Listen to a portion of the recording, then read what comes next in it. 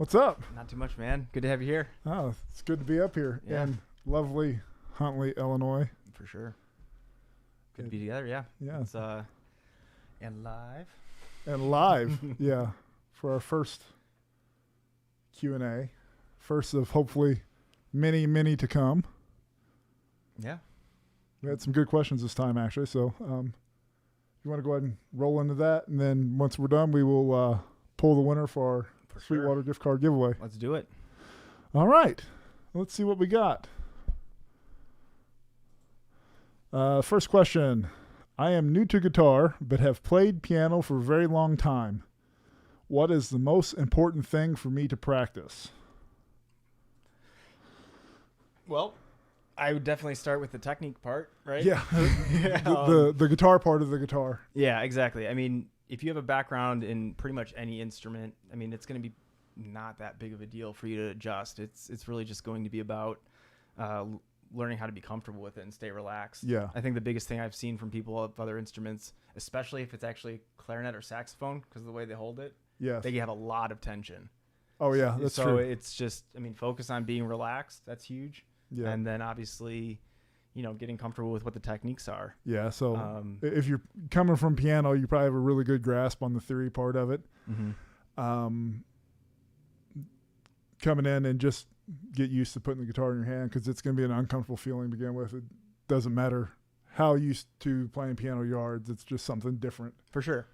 And there's a lot of differences too, because if you think about like the piano being laid out in a way where you only have one note happening in one spot, Yes. you have to learn new fingerings and you have to learn pretty much like a different shape essentially for even if it's like a major chord. But with guitar being tuned the way it is and everything, or whatever tuning you're using, the shapes are movable. Yes. So then you don't have to worry so much about learning totally new things. So as long as you realize things are movable, that's huge.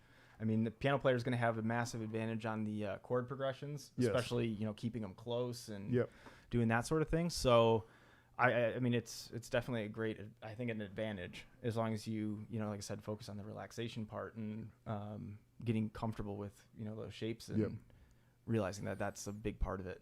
Oh, yeah. Yeah. No, it's great. Yep. Move on to question number 2. Does brand of strings matter? Go for it. No. Not really. So I would say it comes down a lot to personal preference. There are some strings that to me kind of sound dull. And, and I think we talked about those elixirs before. I wouldn't necessarily want to record with those, but if you're looking for a string that's going to last forever, you can do that. So it really comes down to personal preference of what you're doing it for. If you're wanting to sit down and record, just get something bright that'll show up and that you like the tone of.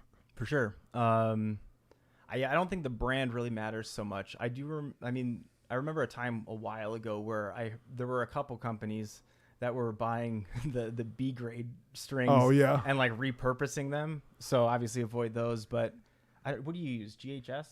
I use GHS for my 7 strings. Okay.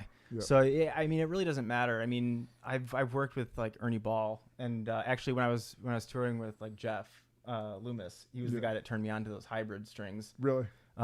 So I mean, Ernie Ball, D'Addario, GHS, any of the bigger ones. Like you were saying, I'm not the biggest fan of the coatings. Yeah. If you are going to go with like those elixirs, I would definitely say the NanoWeb, because it's not as thick of a coating, and it's I just think it sounds better because of that. Yeah. But I mean, brand wise, I mean, it doesn't matter. I think it's more about figuring out what feels comfortable for you. Yeah. What gauge do you use? It's a good question. I think I am 9s. Okay. Yeah, I mean, I like the most common, obviously 9s and 10s. I didn't like. There's a lot of people that talk about like the bigger strings having like a bigger tone or a better tone kind of thing. Yeah.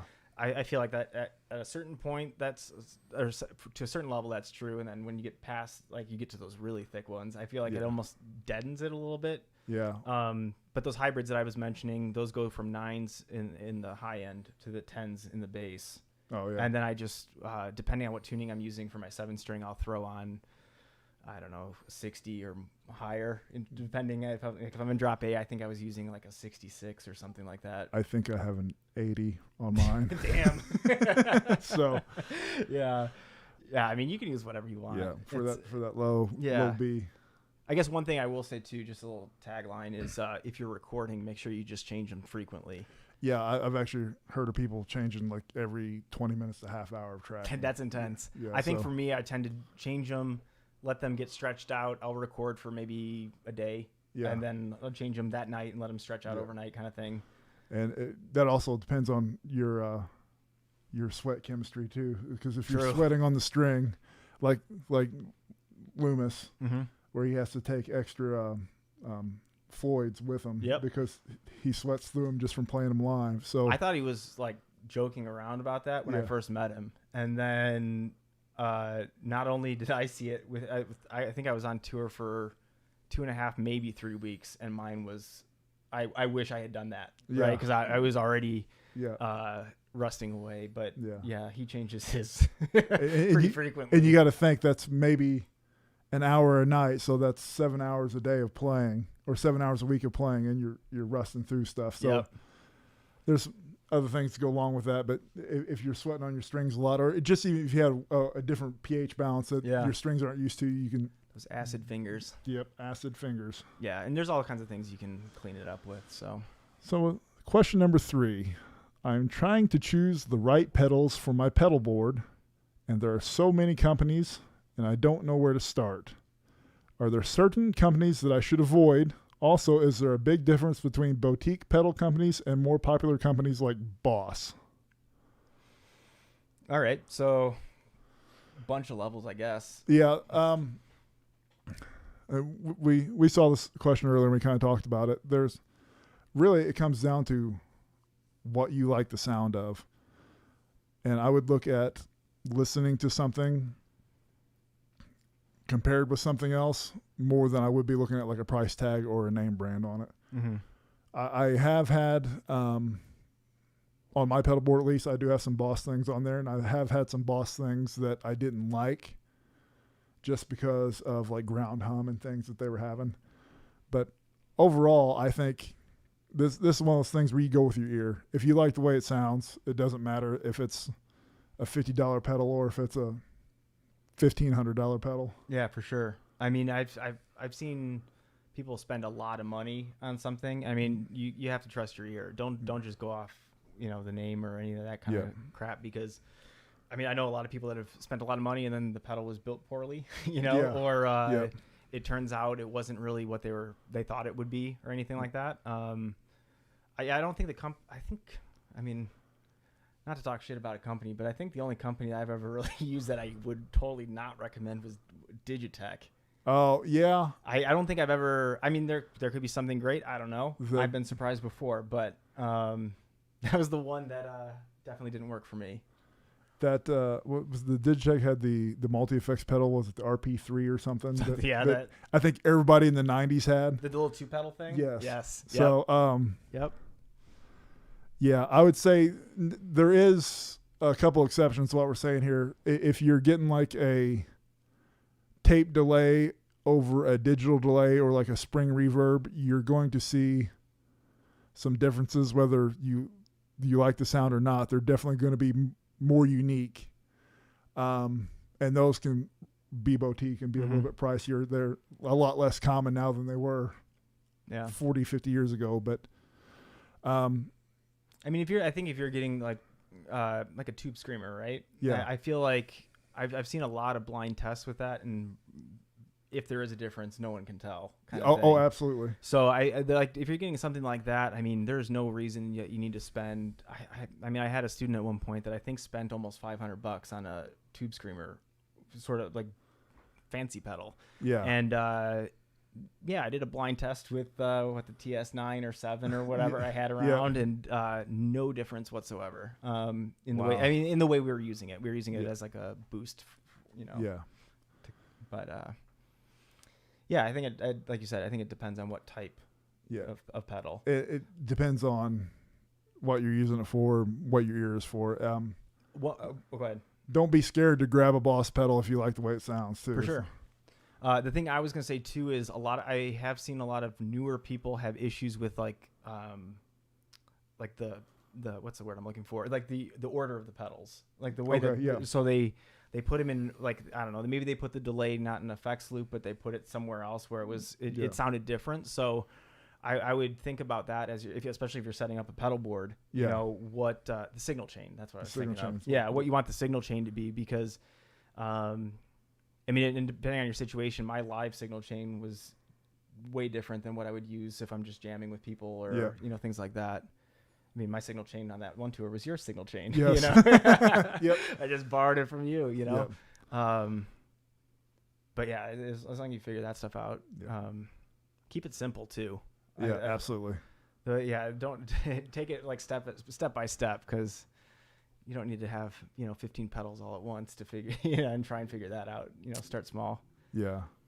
And we do have a couple guys talking to that do demos for them, and go check them out. Like Sweetwater, almost everything they have on their site, they have a video for where you can listen to it in different applications. If you like the way it sounds there, usually you can replicate that, especially if you're like, hey, Sweetwater guy, here you are, Chris, my Sweetwater guy. How'd you get this to sound this way? Yep. You know, so. Yeah, and the, I mean, what was I going to say? There's a lot of, like, demos that you can, I mean, especially with YouTube now, right? Where you can just look it up. The one thing I was going to add to it is I would, if you can, and like say you're using YouTube as the resource, try and find someone that's demoing it with a guitar that's somewhat similar to yours. Oh, absolutely. I've made that mistake for sure. You know, where I mean, it's the same thing you see people do with presets, right? Where they think, oh, I've got the John Petrucci preset, it's going to sound like, you know, Glasgow Kiss or whatever song. Yep. And it's it doesn't work if you. I mean, for one, presets are really just a starting point. Yep. But then also it's they might have done the demo with passive pickups and you have EMGs or, you know, single coil or whatever. Yeah, you know, that's true. So a lot of times that if you can do that, it's to your advantage for sure. But nice. So the next question is, what impacts guitar tone the most? The player. Yeah, that's the simple answer. the fingers that are on the fretboard. Yep. There's a lot of just the player that comes out no matter what instrument you put in front of them. My first 7-string was a Dean that. Oh, that's right. I forgot about that Dean. That anytime you did a bend on the low B string, it'd go out of tune like 25 cents every time. Like I almost just needed to tune it to 25 cents flat. But you put that in the hands of somebody like you, just to play, and it sounds like a completely different instrument. For sure. So, and it's like I can pick up a $1,200 PRS, and it sounds like garbage. Yeah. So a lot of it depends on the player. Yeah, absolutely. I mean, things have an impact, right? The material of your pick. Like we said, the strings, if they're coated, might have an impact, but that's a little bit lesser. Type of wood your guitar is made out of, your signal chain, all that stuff. But it definitely starts with your fingers. And I mean, I'll use metal as the example, but if you're recording metal and you're recording the rhythms and you have like a weak picking hand, it sounds weak. You know, it's not, you need to pick aggressively and, you know, get that pick attack in there. And just that pick attack alone, that's if you're looking for a spot to kind of improve your tone, I would definitely suggest focusing on like the dynamics of your playing and your pick attack, because that has such an impact on how it's perceived. You know, you listen to a guy like Paul Gilbert and it sounds super aggressive, even though there's barely any gain or anything like that. And that comes just from that pick attack. And the way, I mean, even like the way that you're, you know, holding the string down and like applying your vibratos and everything like that, it all impacts it, you know? So that being said, you as a guitar player you're going to sound the same on this guitar. What would you change on the guitar to change the tone of it afterwards? And I would say that would be the pickup. Yeah, for sure. Some cheap pickups can sound flat too. So if you're looking to have like a medium level guitar and you're thinking, what can I do to make this guitar sound good? You throw in a nice pickup in there. And Oh yeah. I mean, Chris Broderick is a perfect example of that. Yeah. So I don't know if he was doing it before, because I know he played in Nevermore for a little bit and did some other stuff. But before he had the signature with Jackson, is that right? I think it's with Jackson guitars. But before he had that signature guitar, he was buying literally the cheapest Ibanez 7-string, which I think is 7321 or something like that, the RG. Yep. And he would just, I think he replaced the tuning, got a higher ratio for the tuning pegs and stuff, and then replaced the pickups, and that was it. So it's like a $300 guitar with whatever, $200 of upgrades, and then it worked great. And the tuning pegs aren't going to really change any tone so much as they're going to keep it in tune. Yeah. And like if you don't know about that, the higher the ratio, the better. Yeah. So if it's like 18-1, 18 turns equals 1. Yeah. That's a good point too, because I guess one other thing too that I would also add that if you have a cheaper guitar, you might want to also look into replacing the nut. Because a lot of them have like this kind of plasticky material. I don't know what it's made out of, but if you can get something like there's graphite, there's bone, there is brass. I think that's a little obnoxious for me, but I mean it might suit your style or whatever. But the nut can have because if you think about it, if you play open strings, it has a different different tone. Yes. And as soon as you fret something, it's a little bit duller. Yeah. Especially the shorter you make the string when you go up the neck. That's why if you, not a lot of guitars have them, but some guitars have that not ghost fret, zero fret. Zero fret. Yeah. So that's actually where it makes everything sound as if you have your finger on. Yeah. Because there's a fret and the nut is like right next to it. Yeah. I think I've heard it. I've definitely heard Ghost Fret before, but I think that's actually a specific guitar that maybe Chapman makes. Oh, I'm not sure. I think it's called the Ghost Fret or something like that. But it's one of their. It's like a Hetfield style Explorer kind of thing or whatever, and it has one of those. But yeah, definitely start with your technique and yourself. That's for sure. Okay, so next question number 5. I have a no-name guitar and a small orange amp. I'm trying to play songs like Welcome to the Jungle, but I can't afford pedals for effects. Is there a way I can learn the songs without pedals, or do I have to wait until I can afford it? Don't wait. That's the short answer. Yeah, don't wait. So, and like I said, I think the part that he or she, is bringing up in this is there's a delay section in the intro of Welcome to the Jungle that is about the only thing I can think of where you would think you would need a delay for. Yeah. You can play along with the song as if you had the delay, so you hit the note where you need to hit it and just hear the delay in the song, and you can move on that way. Or you can do what you talked about, where you actually mimic the delay, where you like pick it like louder, then a little bit quieter each time, and then go through the notes like that. Yeah. That's something. Actually, I think someone showed me that one time when I was like backstage warming up, and it was they were basically imitating the effect of a delay by they were playing chord notes, and then they played that same thing with like a round, like you would hear someone do like with Row Your Boat or whatever kid song, right? But you can imitate effects without them. Yeah.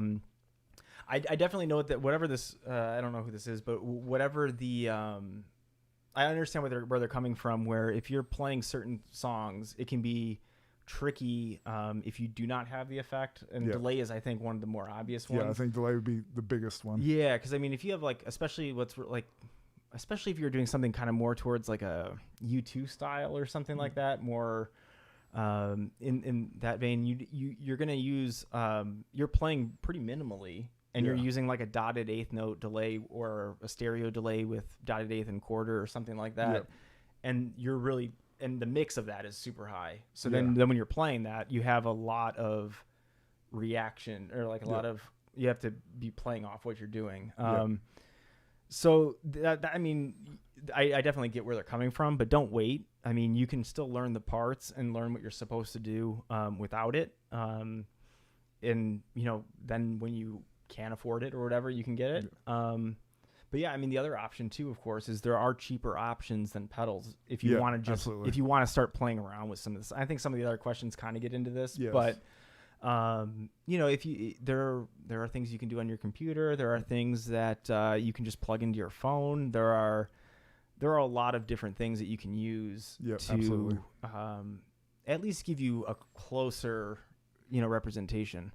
But I mean, especially if you just have like, you know, a cheap guitar and amp. I mean, I get it, you know. Yeah. Did I ever tell you about my first amp? No.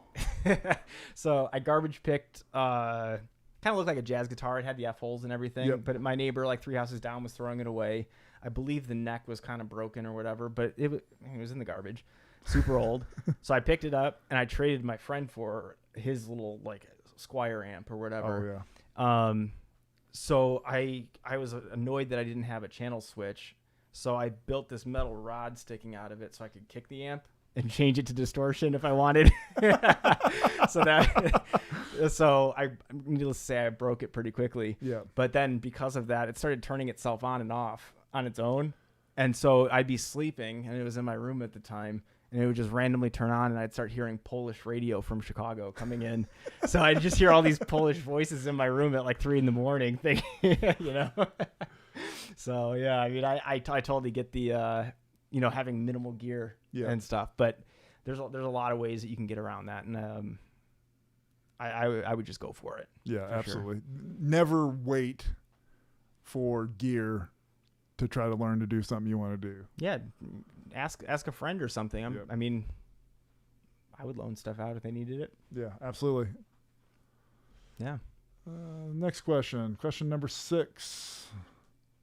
Is it important to play / listen to different styles of music? Yes. There are a lot of things that you can learn, especially if you're new, picking up a guitar or any instrument, that you can apply. If you're a metal guy, you can find some jazz stuff. You can find just anything. Look for skill over genre, I would say, and find some things that you like about that. Do you have to love country? No. But you'll start to pick up things where you'll be listening to something, you're like, wow, that was really cool. I hate this song, but what he did right there was really cool. Oh, yeah. And at the same time, we talked about this before, don't try to overdo it either. Mm-hmm. So have your own style. Whatever style you like is the one you're going to listen to, obviously. It's good to branch out. It's good to, it makes you kind of approach it in different ways so that you just think about what you're doing differently from a different angle, and things will start to click a little bit more sometimes. Absolutely.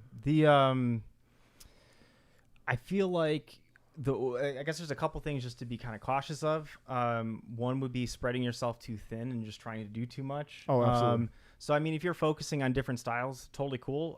But if you're, say, maybe try and group them in some way. So maybe you're doing pentatonic scales for country and for blues and for metal or whatever, you know, but try and like apply things in different ways. So you're not stuck only, like, for example, like one of the cool things about jazz is that it's pretty much based exclusively on 7th chords. It's rare to see a triad, right? Yep. And so if you translate that to a distorted guitar, a lot of times it sounds pretty shitty, having the full voicing. So then you have to kind of go into your brain and figure out what's going to work well for the voicing to make that 7th chord, you know, ring out properly and sound how you want. There's always a way of applying whatever technique or concept to any style. It's just it might not be the most obvious at first, you know, but I mean, at the same time, I mean, if you're obviously us being more metalheads, you know, I'll use that as the example again, but if we're thinking of like film scores, there are so many similarities between like a Hans Zimmer score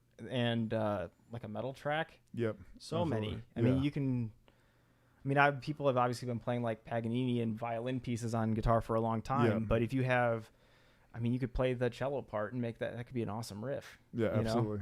I had a student that took a bunch of Meshuggah songs and ran them through the East West Symphonic Orchestra. It was hilarious, but it was just like string quartets and stuff. Oh, that sounds. I'll get amazing. them for you. They're awesome.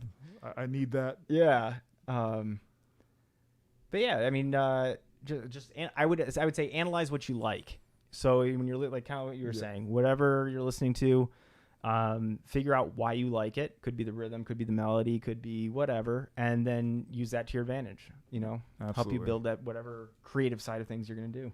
And some of my favorite guitar players are killer classical guitar players. So every once in a while, Loomis will break out some stuff. And hell, the intro to Miles and Machines is one of the coolest things that have been put to tape. So I should learn that again. That was hard.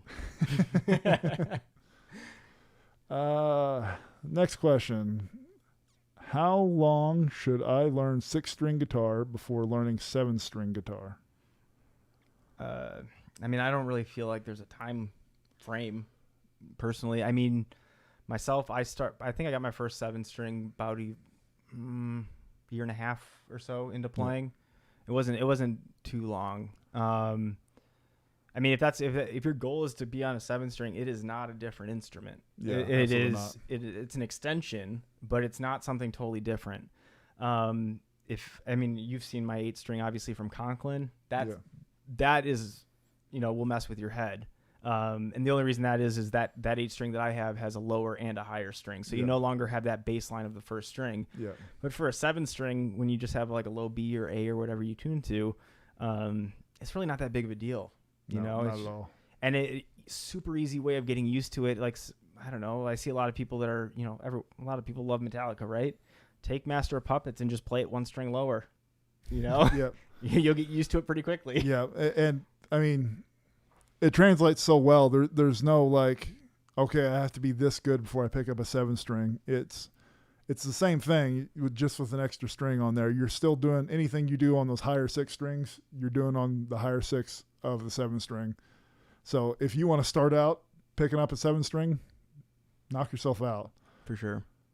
Yeah, and I was telling you when we were out to lunch today, I found out that Shred Academy site is no longer really. Yeah. So if anyone wants the booklet for the 7-string thing I did, feel free to send me an email. I'll send it right your way. That's no problem. All right. I've got the document still, just not the other stuff. Oh, that's hilarious. It's a long one here. I've been trying to record my acoustic guitar, and it is not going well. Wah, wah. Sound familiar? It sounds like, yes. I read somewhere that I should use 2 mics to get the best sound. Sometimes it sounds thin and distant. Sometimes it sounds like I put an effect on the track. And it always sounds like the timing is wrong when recording with MIDI/virtual instruments. I have an SM58 and 2 MXL mics that I got as a Christmas gift. Any advice? I feel like I'm doing something wrong. So the short answer is everyone feels that way. I would argue that recording an acoustic guitar to sound good is one of the most difficult, if not the most difficult thing you can do as an audio engineer. It can be super tricky. The only reason I say that over drums is because you can sample replace drums and make them sound good. You've always got that to fall on, yeah, right? Yeah. So, I'm assuming you're talking about the MXL set, the 990, 991, which is kind of like a pencil condenser and a large condenser mic. You really have to play around with the placement of those mics. And if you're trying to record, and I've made this mistake before, if you're trying to record several songs with an acoustic and you've got them mic'd up for one, it when you try to do it again, it might not sound the same. So I would put it on like a guitar stand, like when they play live, where they just walk up and play it and just that's clever. Leave it mic'd up to that, and then you have to walk up and play that. You want to play around with your mic placement. You want to get more like attack and articulation from pointing. It's almost like a 90-degree angle right at about the 12th fret, and you want adjust how close or far away you are with that based on how it sounds. And then you would use the bigger large diaphragm more towards the bass side. I wouldn't point it directly at the sound hole, but find a spot on there on the back end that sounds good. Play with moving it in and out.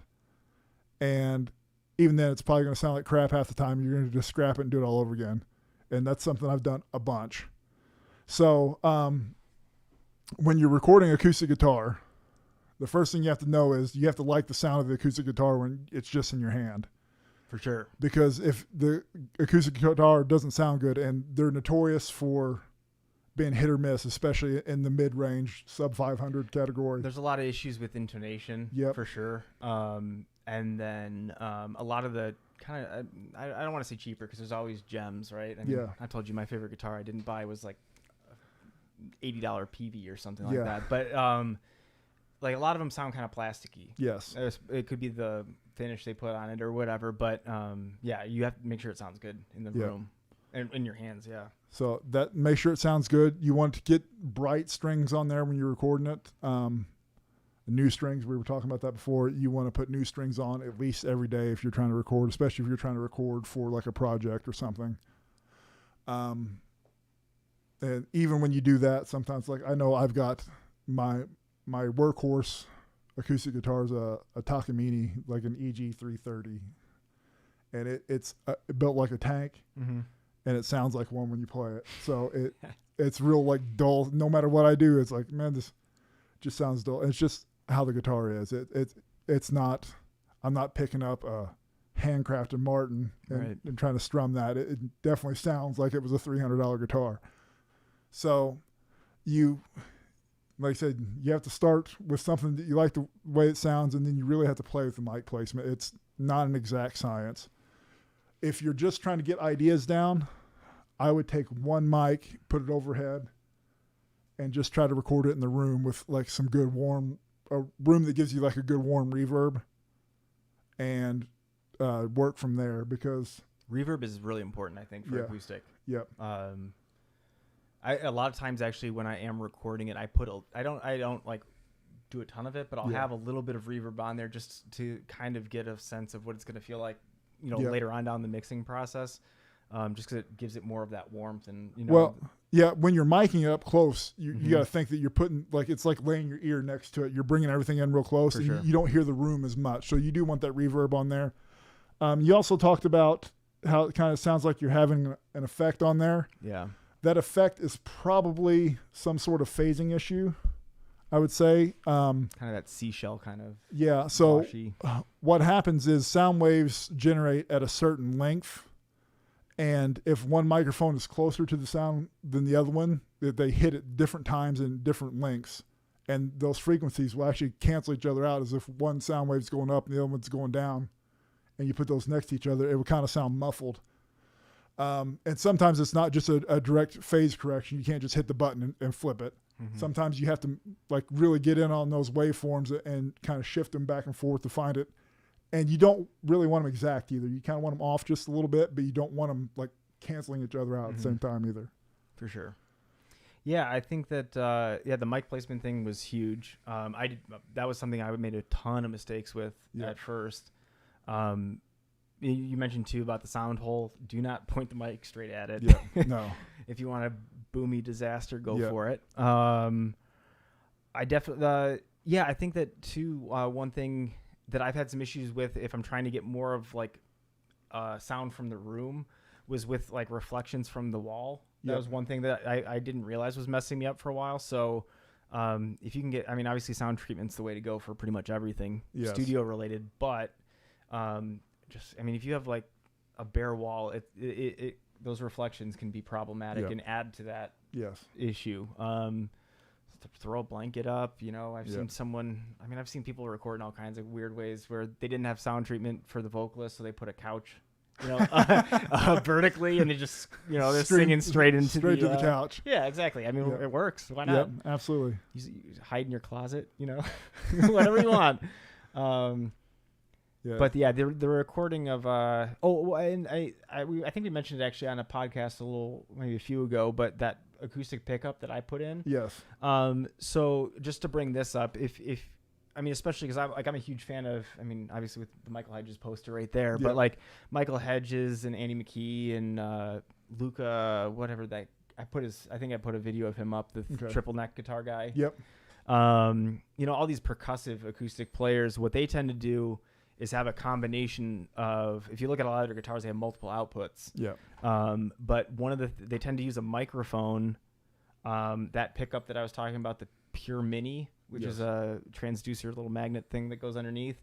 And then maybe one of the ones that goes across the sound hole more for the bass, but they blend a bunch of different things. So whether you're using one issue that I had was I got a decent tone, but it sounded like the distant thing, right? Yes. It didn't really stand out in the mix or anything.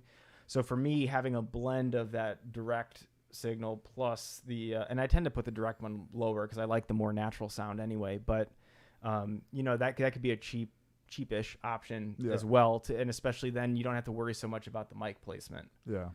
So you can kind of balance, use a combination of them. I'll say one other thing. If you're playing an acoustic guitar live, never expect it to sound like it does in the studio. Yeah. There is too many other things going on with PAs and things for an acoustic guitar to really ring out. They are feedback nightmares to begin with. Exactly. And there are, like I've done a lot of like pickup work where like, someone broke their arm and I had to fill in for them last minute kind of thing. And a lot of times in those situations, there would be like many guitar players when I'd fill in, and it never sounded exactly the same, but there are some DI boxes that help. Yes.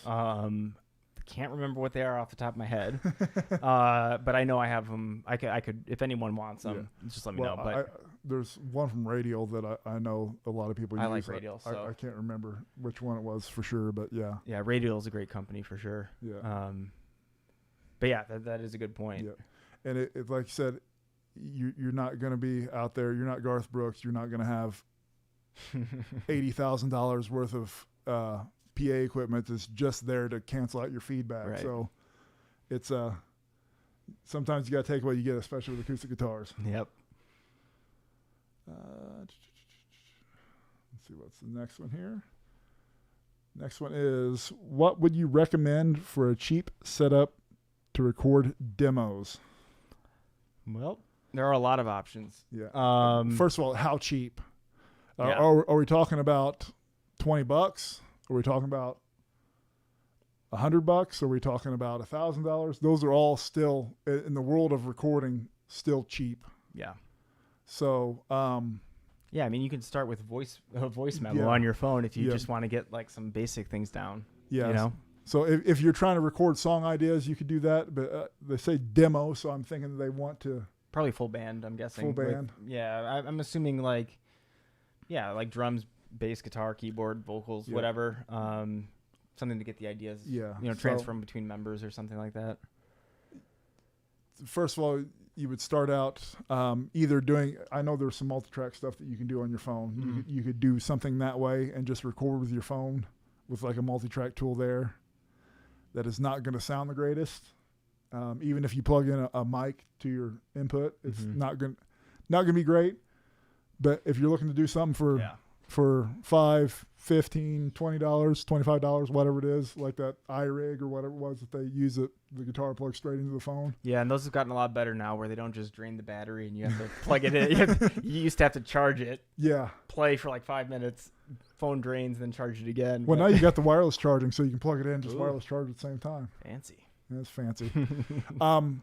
So I would say if you're wanting to get like a demo that you can like give out, say if you're like working on to get gigs or you're working to send to promoters or things like that, you're going to need a computer of some sort. It doesn't have to be great.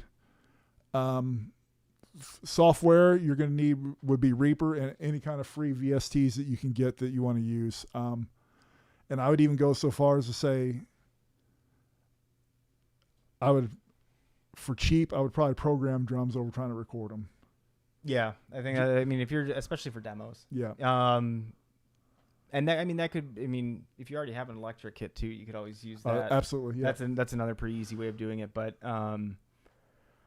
there's actually I don't know if you've used it before, but it's MD Power Drum Kit 2 is free. Oh, really? So I was just for anyone that wants a free drum VST, that's a pretty good one. Okay. I've been on the Slate wagon for a while now. Yeah, Slate's awesome. Keep updating that one. Yeah.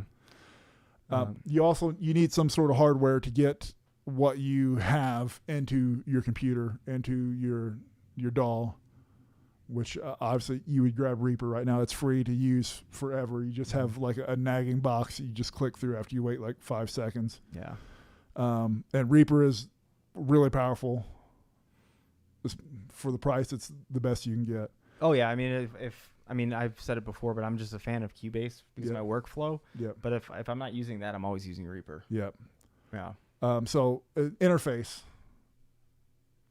I think you can get by with an older one for $100 maybe. Oh yeah, you can find even like the 3rd generation of that Scarlett.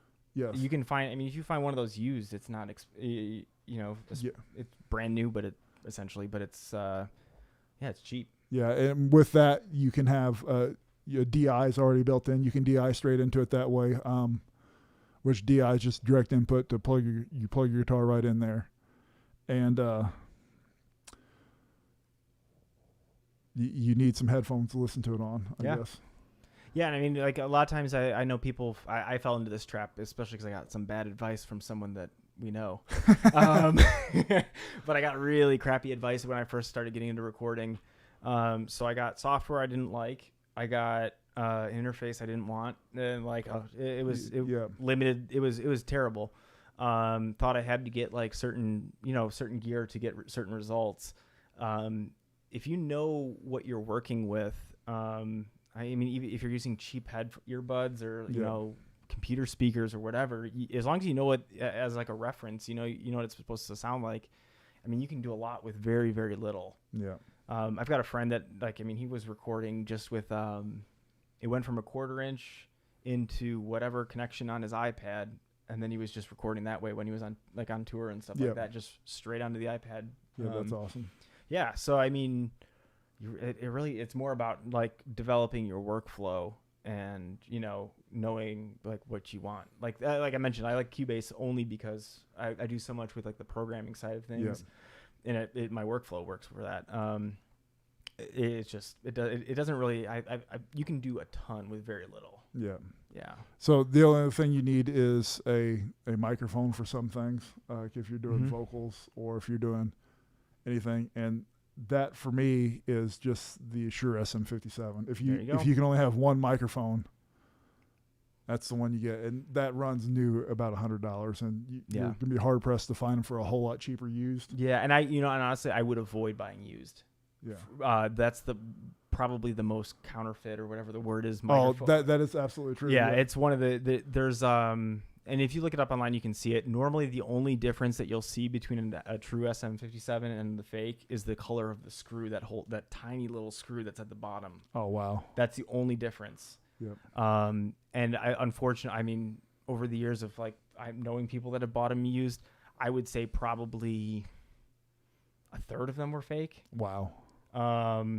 Just because they bought it on eBay or on Craigslist or whatever, and didn't check. But there's a lot of, especially like Chinese ripoffs of microphones. Oh, and that is one to be careful of. That's for sure.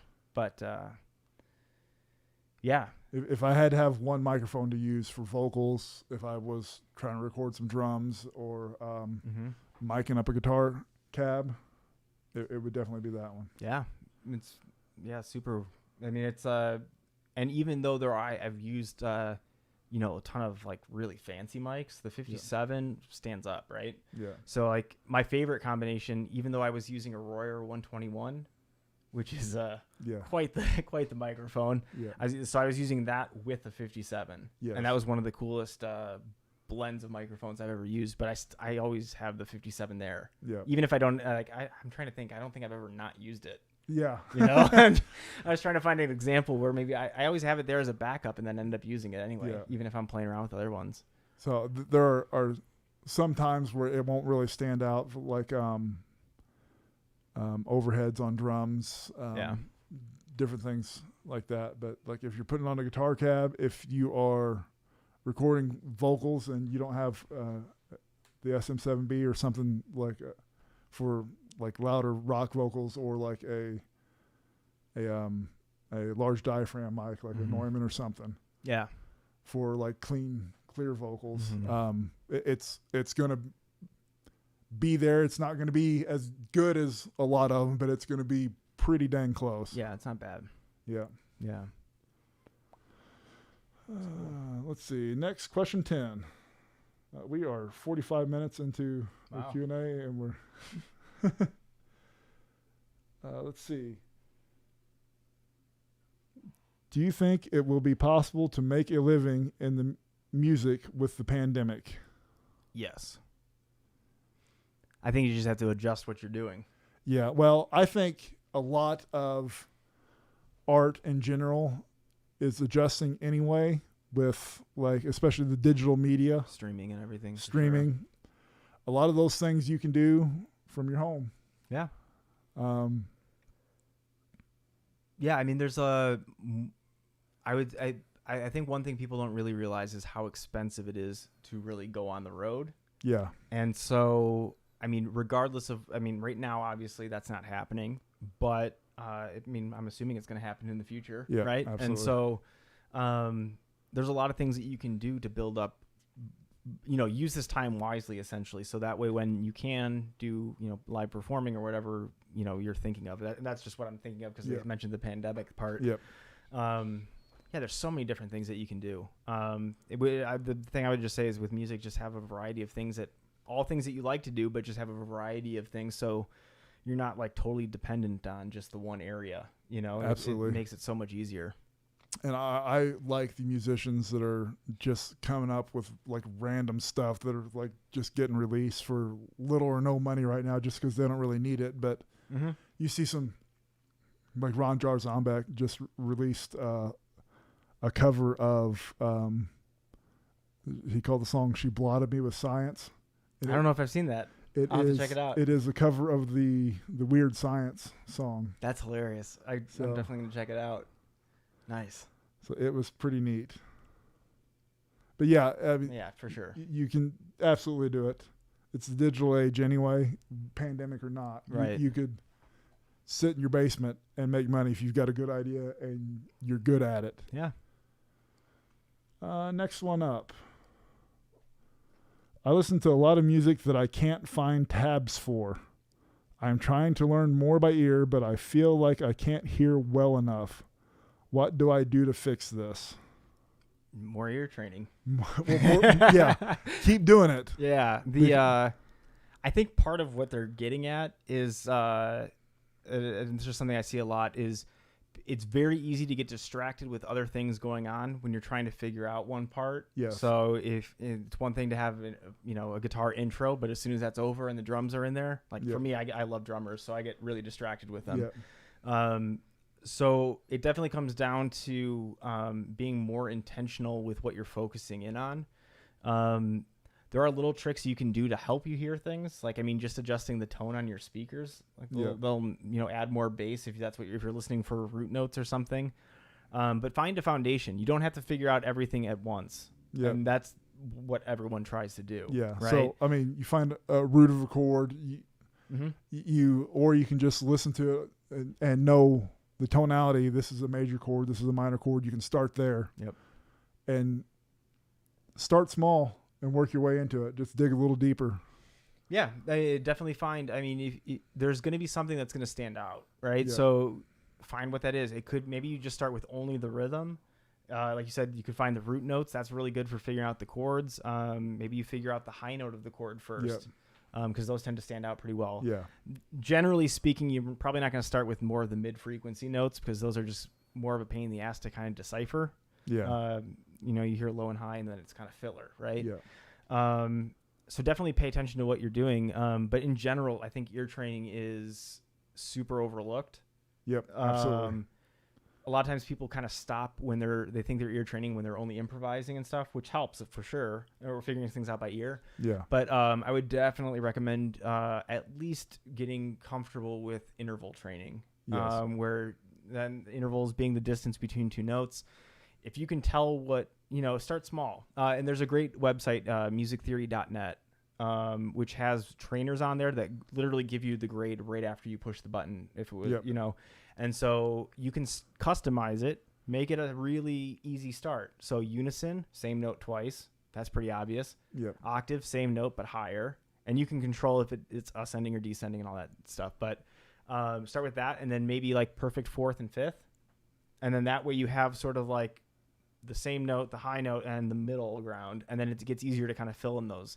But that's huge, because when you hear a certain interval, then you know exactly what it is. So if you hear, that you hear something that sounds like Jaws, they went up 1/2 step or 1 fret, so there's always like something you can relate it to. It could be something like that where it's super obvious, like a song that's burned into everyone's mind, or it could just be a song you like. Yes.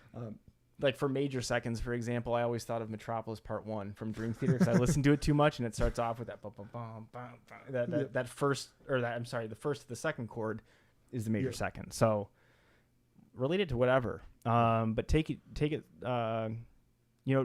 dissect it more, and absolutely. And of course you can always use software to slow things down too, if that helps. Yeah, or just use YouTube and play it slower, whatever. Yep, you can do that for sure. The one thing that to take away from this for sure is definitely don't stop trying to do that. Keep listening, keep trying to figure it out. And if you don't figure it out right, listen to it again, and if your chord voicings are a little off and you come back and you find the tab for it later, try to analyze, well, why did I hear it this way when it was played this way? And a lot of times you'll find things where like those middle notes are just in different spots, or I was playing a minor chord instead of like a minor 7 or something that I was missing there, where the 7 was in the middle and not voices the high. Yeah. Cool. Let's see. Question number 12. Do I have to know how to play piano to learn music theory? Nope. So, yeah, he said definitely no, but you also told me, but it helps. Yeah, it helps to understand the keyboard. If you're going to a music school, like a college, university, whatever, 90% of what they're going to teach you is going to be focused around a keyboard. Yeah. So I think the most important thing about just theory in general is the application. Yeah. It doesn't matter, if you know how to play the piano. Yeah. Right? Technically, you don't need to know how to play the piano, but you might want to know how the notes are laid out on the piano. Yep. And I think that's what you were kind of getting at. Yeah. And I know I've told you this before, but my theory classes in college started out with like 40 something people and ended up with like 4. Yeah. The final semester, and it was the only people that made it through were the ones that were applying it. There were some really badass piano players that started in that class that just couldn't keep up. Yeah. And it doesn't have anything to do with what instrument you're doing. It has more to do with how you're internalizing it and making it, applicable to what you want. Yes. Because you might learn what a Neapolitan chord is, but if you don't know how you want to use it, it's useless, right? You have to figure out how to put it into practice. The most delicious chord in all of music theory, the Neapolitan. There you go. So it helps to understand the keyboard. It doesn't really matter if you can play the piano. Right. Okay, next question. My daughter wants to start learning guitar, and we are going to get her a guitar for her birthday. What kind of guitar is best for her to learn on? Well, there's a lot of things to take in consideration for this. Yeah, we don't know age or size, height and stuff like that. Regardless of where you get an instrument, I would recommend maybe trying them out first. Yes. There are a lot of things that I wasn't aware of, like neck shape and all that kind of stuff that can come into play. A lot of times when I get this question, they are kind of asking acoustic versus electric. Yeah. So I feel like that doesn't really matter. I feel like it's what is going to interest them the most. So if they're interested in, obviously with, more solos and stuff like that, get them an electric. Yeah. One thing I will say is the strings are smaller on electrics, so it's a little bit easier to push down on. But I mean, as long as you're practicing, you get past that pretty quickly. Yes. And you can always get a little bit lighter strings for an acoustic anyway. Yeah, and I mean, not knowing how old or whatever. If she's younger, you might want to. You could do like a 3/4 size guitar. Those are great. And if they're kind of on that age where they might grow out of it quickly, just start them on a regular one. It's not too bad. Yeah. But yeah, to get a feel for what might be, if you can get someone to go with you that knows what they're talking about. Yep. I mean, I have a lot of new people that I go over to. I mean, I don't like Guitar Center really that much, but I'll go over there and help them figure out what's going to fit for them. So. Yeah, and just find something that works within your budget, whatever your budget is. Right. So you don't have to get $1,000 guitar. No. Just because it sounds better than the $250 guitar. Yeah. There may be some playability issues on a cheaper guitar, so that you have to be aware of that. With cheaper guitars too, I would say don't fall into like for the name, yes. Necessarily. Absolutely. Because for the cheaper guitars, a lot of times there are some really, really awesome guitars. I mean, I remember a long time ago when I was teaching at a guitar store, they carried a company, I want to say it was called Walden for acoustics. Never had heard of it, and they were pretty cheap. I mean, they were like $250 maybe, but they sounded great, and they were really comfortable. So, I mean, I don't even know if that's a company anymore or what, but there are a lot of options. Yeah. But just don't worry about the name and everything. Worry more about the sound. Like if you think it sounds good and it feels comfortable, you're good to go. Yep. Absolutely. Question 14. I like this question. How do I stop that annoying squeaking sound when I move chords on guitar? Pick your fingers up. Pick your fingers up. Yeah. So, I will say most of the time I've seen this issue, it's actually not so much they're not lifting their fingers, it's that they're gripping the neck in a weird way. Okay. So if this is the neck, it's more like they're holding it up. And so their thumb's up pretty high. And then when you have something like that, it's hard to stretch. It's hard to really have control. When you're playing for almost everything, you want it to be pretty much a pinch, right? Yep. So when you're, that can be a huge thing that impacts it right away, just adjusting where your thumb is.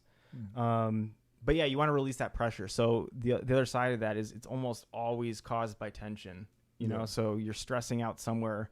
Maybe if the picking gets faster or harder, it might make this hand trickier to move because you're kind of distracted, And also sometimes you have to point out that it's the nature of the instrument, especially with an acoustic guitar. You're not going to eliminate it completely unless you're focusing solely on that. And it normally sounds really bad if you do that. Yeah. It sounds really robotic, and you lose the feel of things. There's plenty of recordings that have little squeaks here and there. Yeah. I mean, I have going back to the string thing. There are some string brands I have noticed that just the from a tactile perspective, it feels like, I don't know, it has higher ridges in this winding or something. But I mean, overall, it's just a technique thing, and just trying to stay relaxed and get used to kind of relieving the pressure enough to, get that transition going. All right.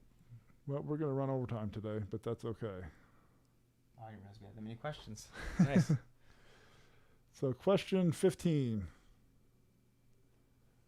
I live in the middle of nowhere and want to play with other musicians. The only people I know that play like the modern pop country BS. How do I find people to jam with? That's awesome. So my gut response to this was learn how to like the modern pop country BS, but that's not going to happen for me or a lot of people. Right.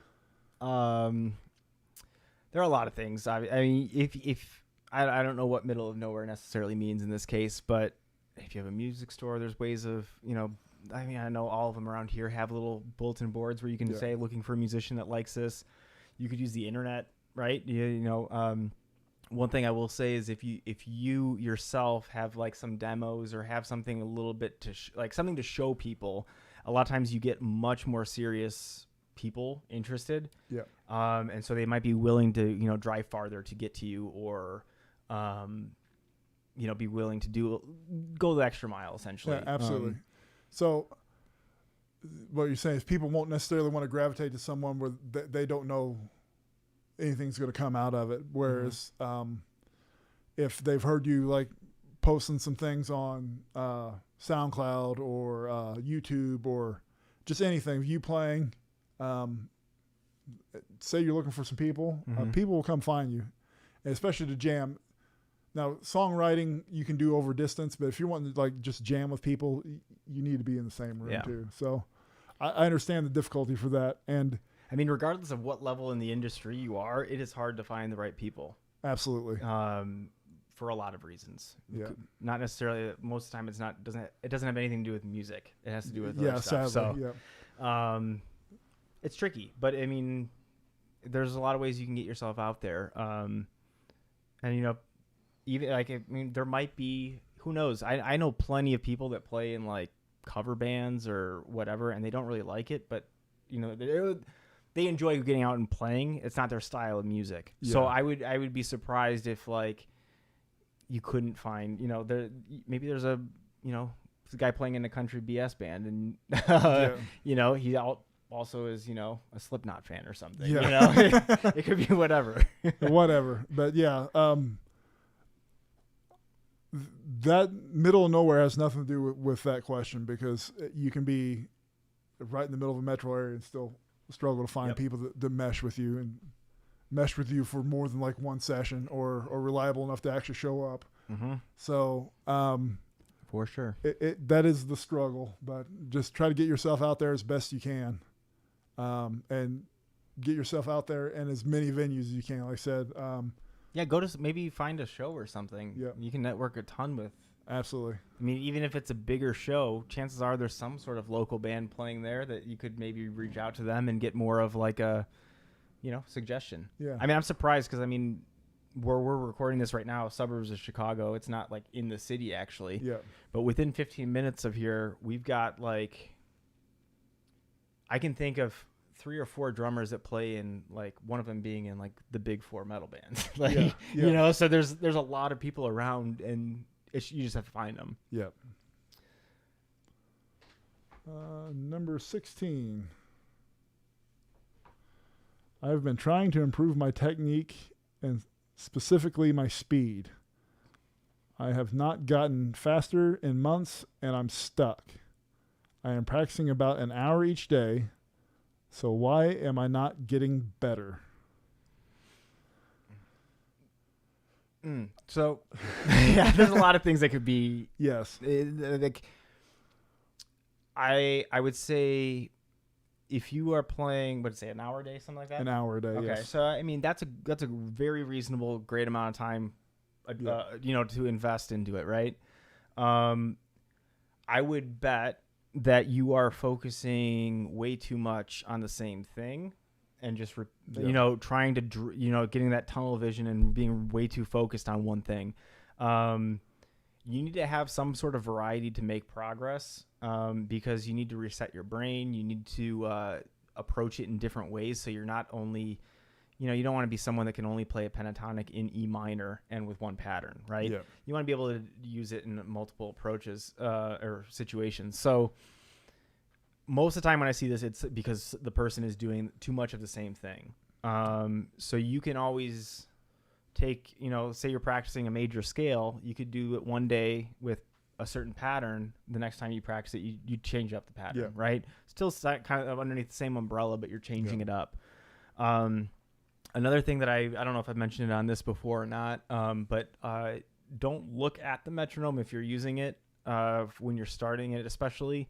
You don't want to necessarily know what the tempo is until you're done, because a lot of times people get this oh shit moment when it starts getting close to where they messed up the day before. Yes. Right. So, I mean, I've seen this a bunch of times where someone keeps messing up at 120. I hide the metronome. We start at like 110 or something, and then gradually bump it up, and he's playing at like 150 or something. Yeah. And it doesn't take long to do that at all. It's almost everything's a mental game with music. So it's almost always just overthinking and stuff like that. And the question I would have for this too is, are you recording yourself when you're practicing? Good point. Are you playing the same speed but it sounds cleaner?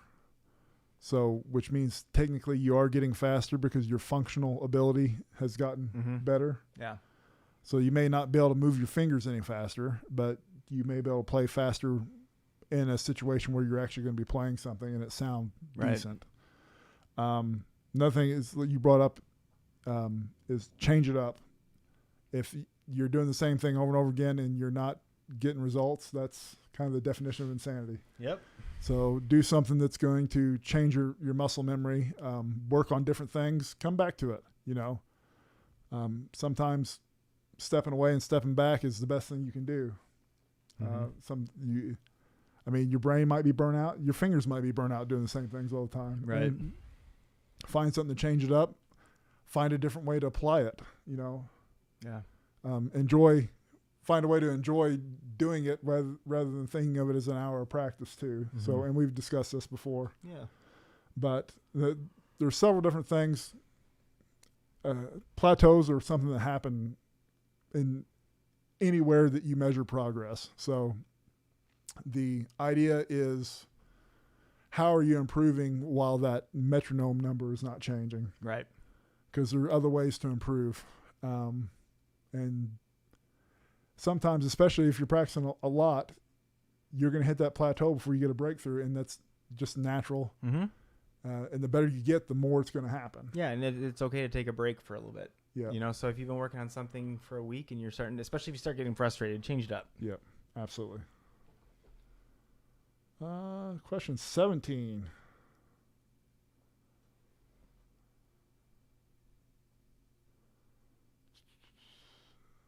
Let me pull this up here. I know how to mute the strings to improve the sound, but what is the best way to mute the springs? I think they're supposed to say springs twice. Oh, so Yes. Okay. The thing that I'm thinking is, mute the strings is the nut and bridge. Yes. So, Like on a hardtail kind of So, thing, right? And then the springs springs would be if you have a floating Floyd, trem, yeah, like a like Floyd. Rose. Yeah. So Um, I've tried using foam, and it worked for a little while, but it shredded and made a mess. I hear you. Don't use foam. Yeah. Best solution I've ever used myself is medical tubing, or I actually got the stuff that I have in one of my current guitars from like a Home Depot or hardware store. It's like just clear plastic tubing. It's a little bit bigger than the spring. And what I do is I just cut it down the middle so it's, you can like roll it up a little bit more, put it in the spring, and then it expands out and keeps it quiet. Yeah, you put it inside the spring so it's applying tension to the spring to keep it from vibrating. And then the other nice thing about that, one thing I would suggest is make sure you leave a little bit of tubing on either end, like sticking out. Yep. So that way when you're using the bar, it doesn't, like, you don't, push it down and then the tube gets like the edges get stuck in the spring. And because then you get like a weird like kind of snap noise. Yep. But that's the best way that I've ever done that. I know some people use like rubber bands and like some other stuff like that. But that's always worked best for me, that tubing.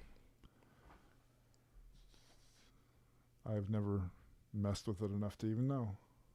And yeah, I guess as a side note, the reason you want to do that is regardless of whether or not you're hearing it, you can kind of test it. If you hit the strings really hard and mute it, you'll hear a high-pitched ringing. Yep. A lot of times coming from the nut, like beyond the nut, and then if you have like a two-pneumatic bridge down there, it could be the springs. Even if you can't hear it when you're playing, with your amp and everything, it's impacting the tone. Yes. So what you want to do is you want to get rid of those annoying frequencies just to give you that much clearer of a sound. Yep, absolutely. Yeah. Next question. What is the difference between overdrive and distortion?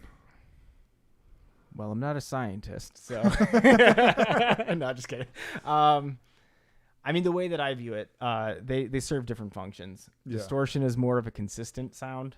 Tends to have more gain, Yes. And more like I don't know if I'm using the right word, more like saturation kind of just like, and I guess like you can think of overdrive as being more fuzzy and also it kind of fattens it a little bit.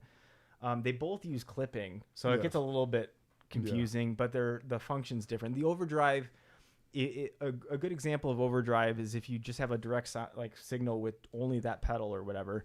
Like when you hit softly, it's not going to distort or break up as much, and then the harder you hit, the more it starts to do that. Yeah. So like with your overdrive, you see like a lot of guys playing clean stuff where they'll put some overdrive in it just to like really accentuate the attack of the string, that initial crunch, and then it kind of fades more into the tone that they normally have. That's because that gain of that attack is pushing it to that clip, whereas the rest of it is sitting underneath it. Right. And then in a distortion, it's like almost all clipping. So that gain is pushing even like the residual note above that clip threshold. So it's all kind of flattening it out a little bit. Yeah. They're really like two of the same thing. Distortion is just a little more overdrive than overdrive. Yeah. But their application is way different on them. Yeah. A lot of times most of the time in like a metal situation, people are using the overdrive pedal to clip it and tighten up the tone of the distortion on the amp. But I've seen people use distortion pedals for that too, and I've other things. So it's music. You can do whatever the hell you want. So experiment. Absolutely. But roughly, like what we were saying, they're very similar, but they do have a different function. And you will see overdrive on genres that aren't necessarily metal. Oh yeah. And distortion will only come through as like an effect at times. And yeah.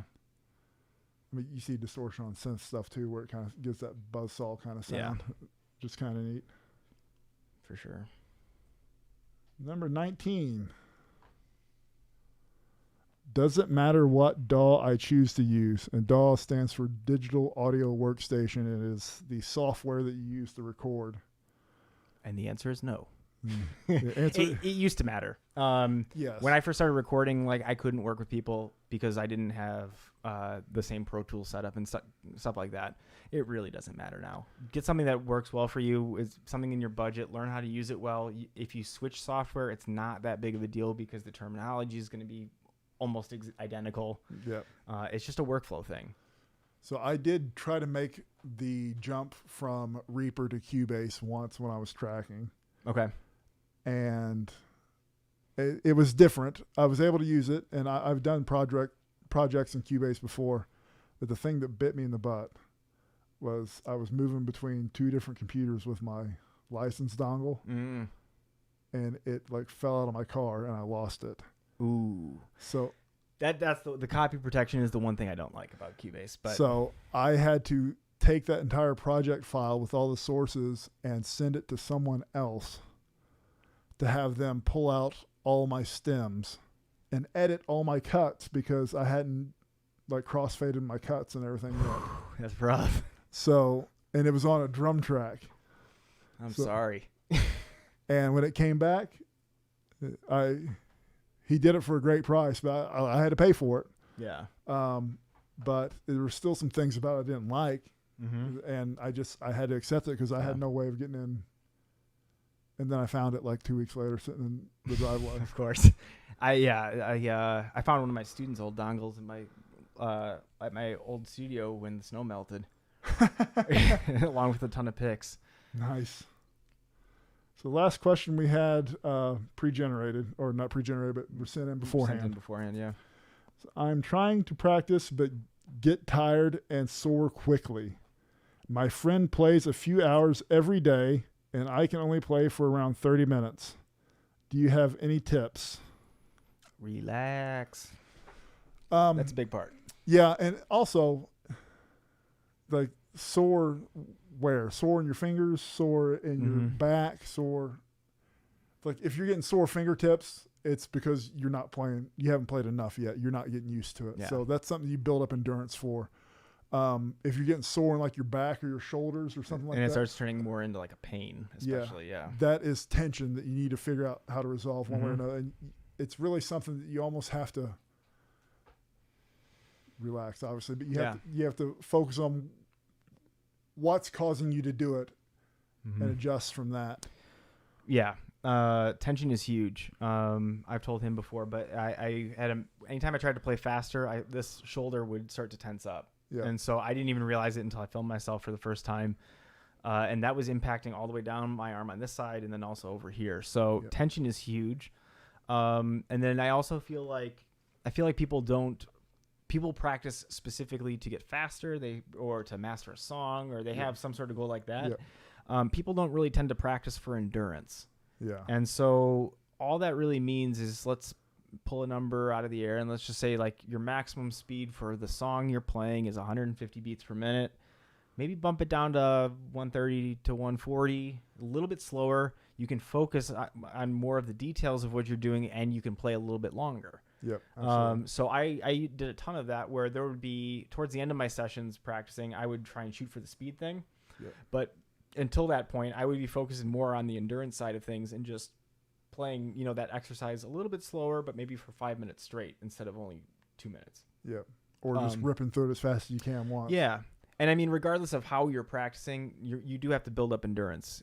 So if I haven't really been like sitting down and woodshedding lately, to get faster or anything like that. If I wanted to get, if I would sit down and practice what I'm going to record and do it, just build up, the endurance that way, just to be able to do it longer. Yeah. But yeah, it's pretty good questions. Let's What's that? So Michael says the beard game is strong. Yep. So mine, I trimmed mine down. It was getting to where it was. Me too. Mine used to be a little bit longer too, but summer. Well, that's all the questions we had generated. We had one more thing we were going to do. Do you remember what that was? Maybe the giveaway. I think I won that, right? Yeah, was that right? you? Did you win it? I think I won. So here's what we did for this. We have a list that we have on Zach's computer back here, and I'm just going to randomly select a number. Do you have that up anymore? I do. I'm going to randomly select a number between 1 and 9, and that's who is going to be our Sweetwater giveaway winner. Yes, sir. And we will contact you. Either Zach or I will contact you once we have this figured out. So just so we know, I'm going to say, hey Siri, pick a number between 1 and 9. The answer is 7.